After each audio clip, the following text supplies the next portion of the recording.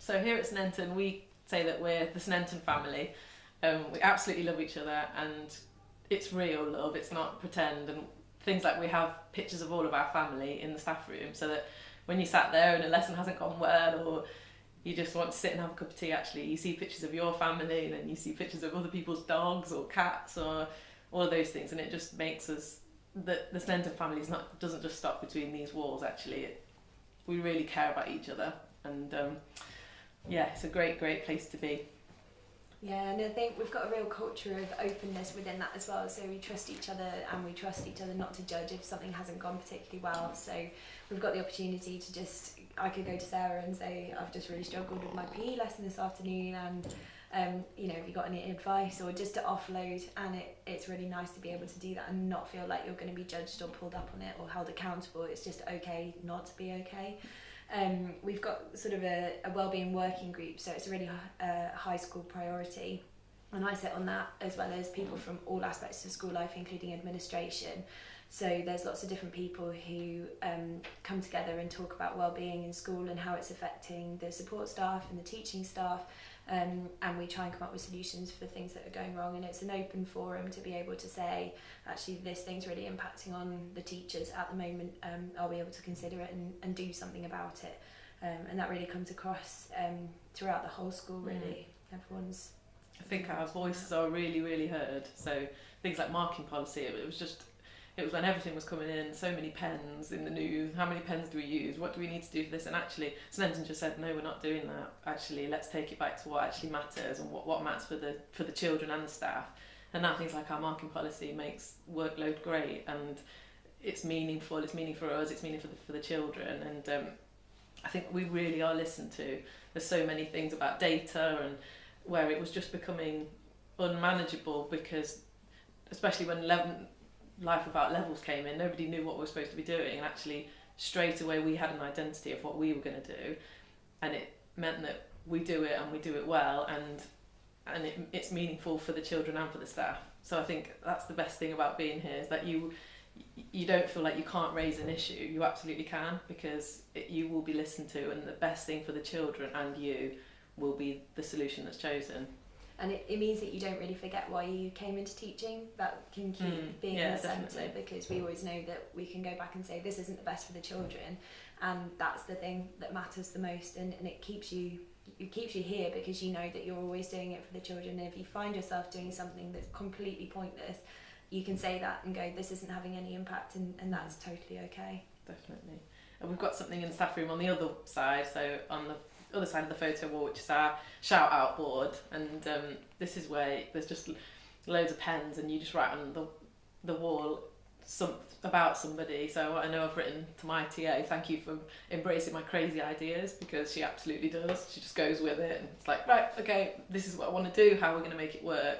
And I think just seeing a little message that's written for you really boosts you, and you think, no, I am doing this right, even if I'm tired and I'm finding it hard. Actually, no, I'm doing this, and somebody cares that I made them a cup of tea, or just little things like that. It really is, it makes a difference day to day, definitely. Yeah.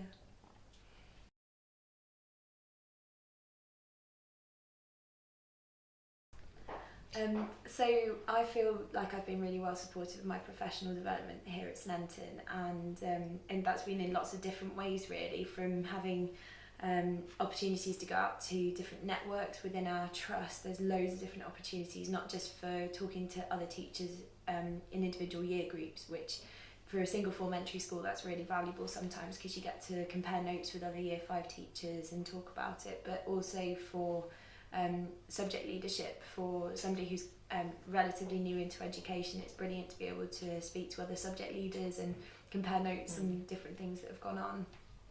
I am now an SLE for technology and using technology, as well as for maths, and both of those areas I've now got the opportunity to go out to other schools and see what's going on, and that's really kept me here at Sneinton, because it means that even though I'm ambitious and I'm looking to the future and trying out lots of different things, it means that I can do that within my role here at Sneinton and still get to teach the same great children and be in the same great school, but also have lots of opportunities to try other things and and to look beyond our own walls, and that benefits the school as well, because I can bring back different ideas and look at research that other people are doing, and that doesn't, I won't then take that away from Sneinton. Yeah, so I started at Sneinton as a school direct student. It was the first year of school direct, and was in year 2 with an incredible, amazing teacher who was really experienced at mentoring and coaching me, and she was amazing. I then took over that class. Well, I took over year 2, and I've just felt supported the whole time. Totally. I think it's such an open conversation about what do you want, what are you looking for, and it's not embarrassing to say I really want to be a Key Stage 1 lead at some point, or I really want to lead this subject. It's like, yeah, of course you do. Let's go. Let's see how we can make that happen for you. So the way that worked for me was just year 2 teacher, NQT, making all those mistakes and taking all those risks and trying my best, and just loving having that freedom of having a class. The next year I became RE lead. We had our SIAM, so that was great, right in at the deep end, but fab.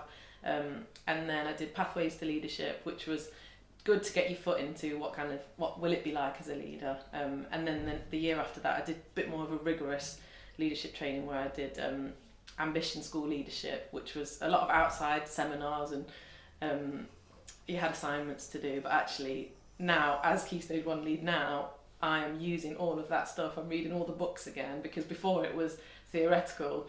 Now I'm living it, breathing it, and thinking, I don't know how to work this bit. What do I remember? And trying to go back and read about it and work it out as real life now.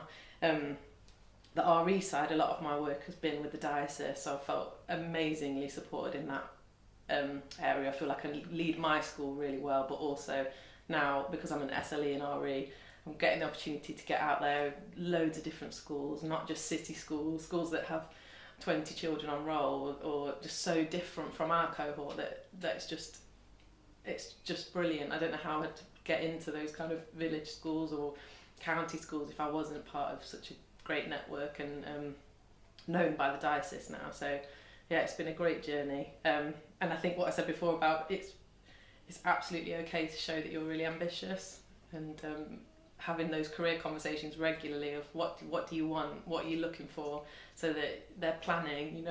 You absolutely know that the head teacher's got a bigger picture and she's going to fit you in at some point, and yeah, it's just fabulous.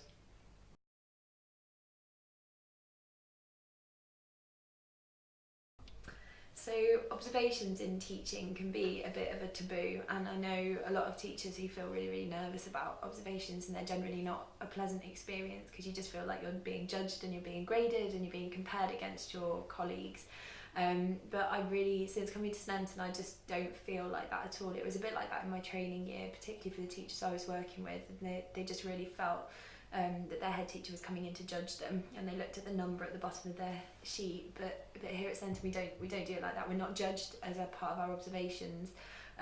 We are given the opportunity to almost have a conversation beforehand with our coach and explain what our lesson is going to be about, why we're doing it in this particular sequence, and particular challenges that we think we might be having, and it's just a chance to be really open about things we're particularly worried about, or things that might go wrong, or things that we're actually really excited about, almost showing off, because sometimes you can do things in your classroom that other people don't get the chance to see, and it's nice to be able to say, actually I'm doing this thing which has been working really, really well, and it's your opportunity to share that across the school. And so you come out of your observation just feeling like you're able to have an open and honest discussion about those things, and it's things generally that are going on in your mind anyway, but it's nice to hear other people say it as well, because it may sort of reassures you're not going mad, and then your day-to-day reflection that actually that's the thing that's just part of your practice, but someone else is able to voice that with you as well. And so you have your pre-conversation before the lesson itself, and then you have the lesson, and generally what's really nice is they're not very long. It's only about 20 minutes, which is quite a nice length of time for an observation, because otherwise it can build it up in your mind for quite a long time. And then following on from that, you go out and you have a bit of time to reflect, and then you lead the conversation. So you say, well, I've had the observation now, this is what I thought the lesson went really well with, and this is what didn't go quite so well, and you basically say, this is what I think, and then there's the opportunity to have a chat about it as well, and other people to give their feedback, but it's all done in a very positive way. And I don't dread observations nearly as much as I used to, which is nice. Yeah, absolutely. I can't agree more. I don't feel scared now, and I think one thing I love about it is that it's a member of SLT, but also your coach, so you get to know them quite well, but they're just a fresh pair of eyes, so they pick up on things where you think, I never knew that boy did a forward roll in the middle of the lesson, or I didn't realise that he'd done that, or things like that child's not quite engaging, and then you think, well, I would have never picked that up, but it's said not in a judgmental way. It's so that you actually think, okay, how am I going to engage her? What do I need to do? What do I need to pick up on? It's the little things that you can't see, and it's said to you in a really constructive way, where you think, okay, I want to make sure that she's listening, or I want to make sure that she's loving learning. And then the coaching sessions, not only after your observation, but then you meet with them every half term, and it might be something that came from that particular observation, but you might have sorted that out, and actually it's something different. And a lot of it is what the question asked before the observation is, what risk are you going to take? So what's the risk part? And that's just great, because you think, oh, I'm ready to take a risk, and if it goes wrong, it's fine, and if it's brilliant, then I can work on it. So often your coaching conversation is about the risk that you took during that lesson. But yeah, you're getting to know other people through school, so your coach isn't in the same key stage as you very often, and it's great for them because they often have taught your children, or they're going to teach them in a few years' time, and they get to know your class. So it's just all round, it's so developmental compared to being done to and it feeling judgmental and scary. It really makes you grow so much from them that you don't mind that they're 3 times a year, because you think, that's great, because actually I need someone to help me with that bit. Or I think that feeds into the culture of the school as well. So the whole idea of coaching now is really built into how we interact with each other after work. So quite often the children will go home, and I will know that something hasn't gone right that day, and I know I can go to pretty much anybody and have a conversation, and it will be much more like a coaching conversation.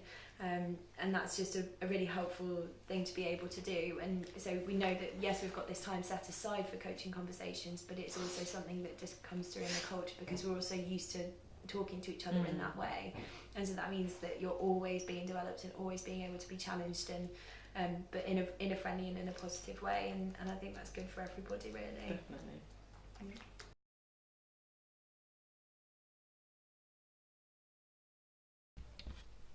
So SATs can be quite a tricky thing for a Year 2 teacher, and I remember the first time I did it, and it is really nerve-wracking, and then especially when it all changed, and you want to be on top of the game, but you feel nervous about how you're going to get your kids ready, and how to build their confidence up in SATs, but also it not knock their confidence or have any detrimental effect on their well-being. And sometimes in a single form entry school, you're on your own with SATs, and you're not quite sure how to handle it the best, and every class is different. So at the Transform Trust networks for Year 2, it's really helpful, because you've got 40 other, or however many that come, so many different ideas of how you do it. Little things like building stamina up. They'll have little games that people play, or Spreeder, which is a website, but it's great because it shares different just different ideas where you think, oh, that would get my children's stamina up without giving them another test. So I found that really helpful, just to pick up different ideas, and also gauge how other people are feeling about it, and whether you're in line with other people, or you think, no, actually I could do this, or I could change this. So I find that really, really helpful at the network meetings. And so they've got other networks as well within the trust, which are focused on collaboration. So I've mentioned the subject leader ones, but something that we're developing at the moment is there's been a need identified in a few schools for a better calculation policy. So rather than everybody going off and writing their own calculation policy, we've agreed a date, and we're getting together to write one together. And the benefit of that is that we're each taking the year group that we teach, and so across the trust we've got a year group per person, which then they're going to develop, and then we'll join it all together. So it saves me as maths leader doing it for the entire year, for the entire school, and I don't necessarily have the subject knowledge that an early years teacher would have that they can develop for their calculation policy. So that's really going to save me a lot of time, and also draw on expertise. So it'll mean the quality of it is probably better than I could do by myself. And the other thing is the trust has been given quite a lot of funding and help towards the reducing workload through collaboration, and something that's come from that is the ability to do collaborative planning days. Just an example of one that I really benefited from was one that was planned particularly around English, and the person who was in charge of it all developed lots of different books and got SLEs on board with some really high quality texts that other teachers had already used. And that was really, really good, because I haven't necessarily read all of the books that are out there, and so having a recommendation from a teacher who's actually used it is amazing. And so the one that I'm using at the moment is one called Shackleton's Journey. I hadn't come across it before the day, but we worked together for an entire day and planned a whole term's worth of English.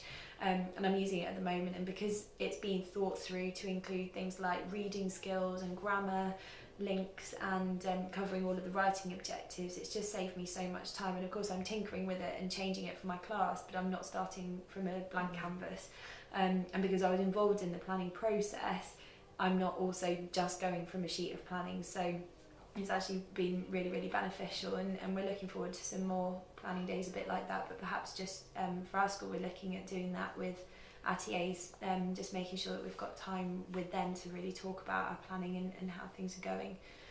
So those I think are going to be really good and continue to reduce workload.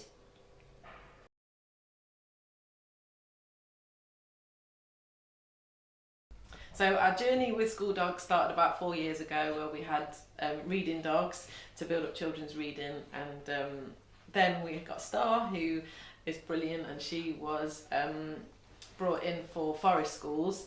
And then we had Fanta the puppy, who came in really when he was tiny, and the children got used to him and he got used to them. And now we have Fanta Fridays, and now it becomes Fanta Mondays or Fanta Fridays or Fanta Wednesdays. But it's just amazing. I don't think we've got a child in school that's scared of dogs now, and the way that having the dogs in school has affected their respect for all animals has been absolutely mind-blowing. And they understand that animals have choices, and they're not toys, and it's well-being goes through the roof when there's the dogs in the school. Yeah, it's amazing, and I think what's so lovely is you can see a child who's struggling, and you can go, oh, just go and have a cuddle with Star, and they can just go and have a cuddle, tell them all their worries, and from that point they're like, oh, I'm okay now, and you just say, when you're ready, come back and you can do your work, and you can instantly see the impact. I mean, the impact on staff wellbeing is amazing as well. In the lunchtime, in the staff room, we'll be sitting there with the dog at our feet trying to eat our dinners, but it's just everybody loves the dogs, and we feel a sort of shared responsibility for them. And yes, they belong to me and Sarah, these two particularly, but actually when we're in school they're everyone's responsibility, and everyone loves having the dogs there, and you almost see people's guards drop as soon as there's a dog around, and you're able to both get down on the floor with the dog and have a completely different kind of conversation that you wouldn't necessarily have if there wasn't a dog around. So it's just great for everybody, and they cause such hilarity. I mean, today in maths, Star just started snoring, and the children all giggled, and then we went, yeah, we've had our giggle, and then we carry on with our work, and there's just a lovely atmosphere around them, and they tread carefully in the classroom, and you can really tell that they know there's an animal there, and they really want to look after them, and that can translate eventually to looking after each other as well, and that's not just about the animals, the impact's so much wider than that.